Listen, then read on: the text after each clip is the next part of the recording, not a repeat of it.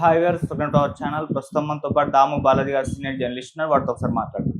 Sir నమస్కారం. Sir నమస్తే. Sir, Jaganmohan రెడ్డిని జైలుకు పంపించేంత వరకు వదిలిపెట్టును అని చెప్పేసి విజయసాయి రెడ్డి గారు ప్రతిజ్ఞ చేశారని చెప్పేసి చెప్తున్నారు. సార్ అంటే నిన్న విచారణ అనంతరం ఈయన మాట్లాడినట్టుగా అంటున్నారు.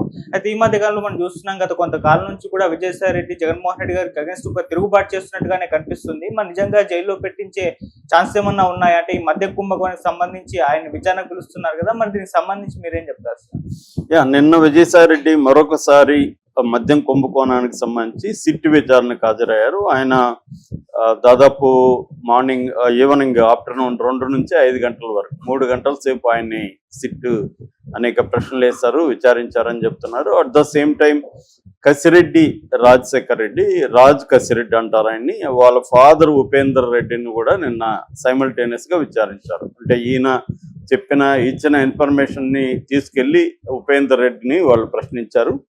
ఈ నేపథ్యంలో ఆయన బయటకు వచ్చి కొన్ని సంచలన కామెంట్స్, కొన్ని సంచలనమైన విషయాల్ని మాట్లాడాడు విజయసాయి రెడ్డి. అది చూస్తే జగన్ని, అంటే కొంతమంది ఏమంటున్నారంటే జగన్ని అరెస్ట్ చేసి జైలుకు పంపించేదాకా నేను నిద్రపోనని విజయసాయి రెడ్డి చెబుతున్నాడు. అందుకు అనుగుణంగానే ఆయన మూవ్ అవుతున్నాడు.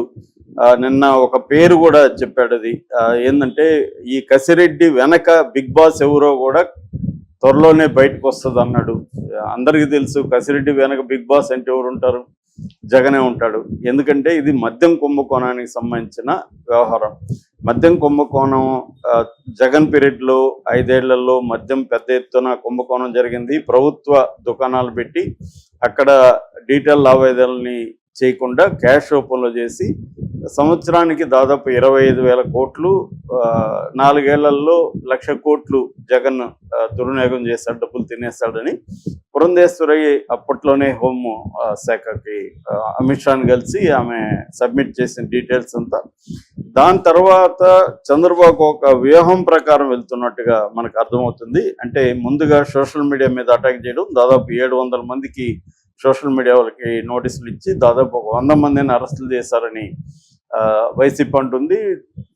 పోలీసులు ఏమో 49 మందిని మాత్రం మేము అరెస్ట్ చేశామని వాళ్ళు చెప్తున్నారు. ఏదేమైనా మెల్లమెల్లగా క్యాడర్ని, తర్వాత చిన్న నాయకుల్ని, తర్వాత జగన్ని అలాగా ఒక ప్లాన్డ్గా చంద్రబాబు ప్రభుత్వం వెళ్తున్నట్టుగా మనకు అర్థమవుతుంది. సో ఈ నేపథ్యంలో మద్యం కుంభకోణానికి సంబంధించి Andhra Pradesh state beverages corporation limited MD Vasudev రెడ్డిని అరెస్ట్ చేశారు. దాంతోపాటు దాంట్లో పనిచేసే సత్యప్రసాద్ అనే ఒక అతన్ని అరెస్ట్ చేశారు. వీళ్ళిద్దరూ కూడా 164 సిఆర్పిసి కింద కోర్టులో వాంగ్మూలం కూడా ఇచ్చారు. ఇందులో రాజ్ కసిరెడ్డి పేరు ప్రధానంగా చెప్పారని చెప్తున్నారు. రాజ్ కసిరెడ్డి ఎవరు అంటే, రాజ్ కసిరెడ్డి అవినాష్ రెడ్డికి కో బ్రదర్ ఇన్ లా అవుతాడు. అంటే జగన్కి దగ్గర సంబంధం. అట్లాగే ఐటీకి సలహాదారుడుగా కూడా రాజ్ కసిరెడ్డి పనిచేశాడు. ఆయన బేసిక్గా ఎన్ఆర్ఐ. సో ఈయనకి ఈ మద్యం కుంభకోణం వ్యవహారం జగన్ అప్పగించాడని చెప్తున్నారు. సో ఆయన గతంలో ఈ 5 ఏళ్లలో 2014 నుంచి 19 వరకు ఇక్కడ జూబ్లీ హిల్స్లో ఒక ఆఫీస్ ఓపెన్ చేశాడు దీనికోసమే. సో ఆయన ప్రధానంగా చేసింది ఏంటంటే, అంతవరకు ఉన్న ఎస్టాబ్లిష్డ్ బ్రాండ్స్, ప్రీమియం బ్రాండ్స్ని పక్కన పెట్టి జగన్ బ్రాండ్స్ పేరుతో కొన్ని బ్రాండ్స్ని దింపడం రంగంలోకి, వాళ్ళ దగ్గర కమిషన్లు తీసుకోవడం, ఎవరు ఎక్కువ కమిషన్లు ఇస్తే వాళ్ళకి సప్లై చేయడానికి ఎక్కువ కోటాని వాళ్ళకి ఇవ్వడం అనేది ఒకటి చేశాడు. అట్లాగే నాన్ డ్యూటీ పెయిడ్ లిక్కర్ అంటారు అన్నమాట, ఎన్డిపిఎల్ అంటారు, నాన్ డ్యూటీ పెయిడ్ లిక్కర్. ఆ కేటగిరీ కింద ఎక్కువ మందిని పెట్టేసి దాంట్లో ఏంటంటే ఎక్కువగా ట్యాక్స్లు పే చేయాల్సిన అవసరం లేదు, డ్యూటీస్ తక్కువ ఉంటాయి. సో ఆ కేటగిరీ కింద పెట్టి చేయడం. సో ఓవరాల్గా ఇతను మొత్తం ఒక స్ట్రాటజీ వేసుకొని అంటే కొత్త బ్రాండ్లు పెట్టడం, ఆ బ్రాండ్లు ఎవరు డబ్బులు ఇస్తే వాళ్ళకి ఎక్కువ కోటాలు ఇవ్వడం. రెండోది క్యాష్ డీలింగ్స్ పెట్టడం వల్ల ఏమవుతుందంటే, ఒక దగ్గర ఎంత డబ్బులు వచ్చిందేమని తెలియకుండా ఇతను ఒక కార్పొరేట్ స్టైల్లో ఈ కుంభకోణానికి ఒక ఆఫీస్ ఓపెన్ చేసి దాంట్లో స్టాఫ్ ద్వారా అక్కడ ఎవరెవరు కలెక్ట్ చేసి, ఎలా ఎక్సైజ్ డిపార్ట్మెంట్ నుంచి కలెక్ట్ చేసి కొంతమంది వైసీపీ నాయకులకి డబ్బులు వెళ్ళాలి, అక్కడి నుంచి మళ్ళీ ఇక్కడికి వస్తాయి. దీన్ని ఈ డబ్బుల్ని వివిధ దీంట్లో ఇన్వెస్ట్మెంట్ పెట్టడానికి కూడా ఈయన కొన్ని సంస్థలు పెట్టాడని చెప్తున్నారు. అందులో ఒకటి ఏంటంటే ఈడీ క్రియేషన్స్ లేదా ఈడీ ఎంటర్టైన్మెంట్ అనే పేరుతో వీళ్ళ కూతురు ఇషాని ఆ అమ్మాయి చూసుకుంటుంది. ఇది సినిమా ప్రొడక్షన్ సంస్థ. వీళ్ళు నిఖిల్ సిద్ధార్థతో స్పై అనే సినిమా కూడా తీశారని చెప్తున్నారు. రెండవది ఐటీ సొల్యూషన్స్ వీళ్ళ భార్య దివ్యారెడ్డి వాళ్ళ చెల్లెలు అంటున్నారు, మేఘనారెడ్డి వాళ్ళ కోర్టులో. ఈ నేపథ్యంలో విజయసాయి రెడ్డి చాలా బెటర్గా మాట్లాడాడు నిన్న. నేను అధికారం వచ్చి 3 నెలలు 4 నెలలు అయ్యేంత వరకు కూడా నెంబర్ 2గా ఉన్నాను వైసీపీలో, కానీ ఆ తర్వాత 2000 స్థానానికి పడిపోయాను, అప్పటి నుంచి 2000 స్థానంలోనే ఉన్నాను అనేది ఆయన చెప్తున్నాడు. కాకపోతే వైసీపీ వాళ్ళు విమర్శించేది, ఈయన 2000 స్థానంలో ఉంటే ఈయనకెందుకు 2 సార్లు రాజ్యసభ ఇచ్చాడు, ఈయనకెందుకు ఉత్తరాంధ్ర ఇన్ఛార్జిగా ఇచ్చాడు, ఈయన అంతకుముందు కూడా ఒక రకంగా జగన్కి రైట్ లెఫ్ట్ ఎవరు అంటే సజ్జల ఈయన పేర్లే చెప్పేవాళ్ళు కదా. సో ఇప్పుడు మరి 5 ఏళ్ల పాటు ఈయన 2000 స్థానంలోనే ఉన్నాడని ఆయన అనుకుంటున్నాడా? మరి ఎందుకు ఉన్నాడు అట్లాంటి వ్యక్తి? ఇప్పుడు మళ్ళీ అధికారంలో వచ్చునుంటే ఈ మాట అనేవాడా ఈయన? ఇవన్నీ కూడా అంటున్నారు. నెల్లూరులో మరి ఎందుకు పోటీ చేశాడు ఎంపీగా? అప్పుడు ఈయనకి ఇష్టం లేకపోతే చెప్పచ్చు కదా అని కూడా వాళ్ళు ప్రశ్నిస్తున్నారు. ఇప్పుడు ఏంటంటే ఆయన కేసుల్లో ఇరుక్కున్నాడు, వాళ్ళ కూతురు కేసుల్లో ఉంది, ఉత్తరాంధ్రలో అనేక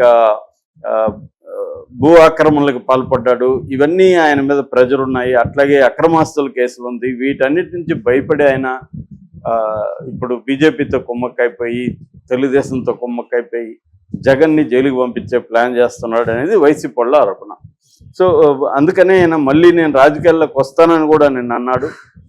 నన్ను రాజకీయాల్లోకి రావద్దని చెప్పడానికి వీళ్ళెవరు అని సాక్షి పేపర్, నేను పెట్టిన సాక్షి పేపర్ అని కూడా అన్నాడు. ఒక రకంగా ఆయన ఎలా మాట్లాడాడు నిన్న, అసలు వైసీపీని నేనే నడిపాను అనేది కూడా ఆయన మాట్లాడాడు. అంటే జగన్ డమ్మీ, నేనే వైసీపీని నడిపాను అన్న పద్ధతిలో మాట్లాడాడు. కాకపోతే అది ఎంతవరకు ఆయన కార్యక్రమాలు ఏంటి, నెక్స్ట్ ప్రోగ్రామ్ ఏంటి? ఇప్పుడు మొన్నటి వరకేమో ఈయనకి అసలు రాజ్యసభ ఇస్తారని ఒక వార్త వైరల్ అయింది, బీజేపీ వాళ్ళు గవర్నర్ ఇస్తారని వైరల్ అయింది. ఇప్పుడేమో ఆంధ్రప్రదేశ్ కోటాలో అన్నామలై, తమిళనాడు మొన్నటి వరకు బీజేపీ అధ్యక్షుడు ఉన్నాడు, ఆయనకి ఇచ్చి ఆయన్ని నేషనల్ లెవెల్లో వాడుకోవడానికి తమిళనాడు నుంచి ప్లాన్ చేస్తున్నట్టుగా చెప్తున్నారు. ఆల్రెడీ చంద్రబాబుతో కూడా మాట్లాడేశారు అంటున్నారు. సో ఆ రకంగా ఈయనకి రాజ్యసభ అయితే వచ్చే అవకాశం కనిపించలేదు. మరి ఈయన బీజేపీలో చేరతాడు, మళ్ళీ రాజకీయాల్లోకి నేను రావచ్చు, ప్రజలు కోరుకుంటే వస్తాను అని ఒక మాట అన్నాడు. అంటే ఇది టిపికల్గా రాజకీయ నాయకులు అనేది, వీళ్ళు ఏమైనా చేయాలనుకుంటే ప్రజల కోరిక మీద వచ్చాను, ఏ ప్రజలు కోరుకుంటారు ఈయన రాజకీయాల్లోకి రావాలని. సో ఏదేమైనా ఈయన జగన్కి యాంటీగా మారితే మాత్రం జగన్కి కొంత ఇబ్బందులు అయితే తప్పవు. ఎందుకంటే ఈయన ముందు నుంచి కూడా వైఎస్ఆర్ రాజారెడ్డి దగ్గర నుంచి జగన్ వరకు కూడా ఆయన అనేక కంపెనీలకు సంబంధించి ఫైనాన్షియల్ అడ్వైజర్గా ఉన్నాడు. ప్లస్ ఈయన చార్టర్డ్ అకౌంటెంట్, అనేక లోటుపాట్లు ఈయన క్లియర్గా తెలుసు.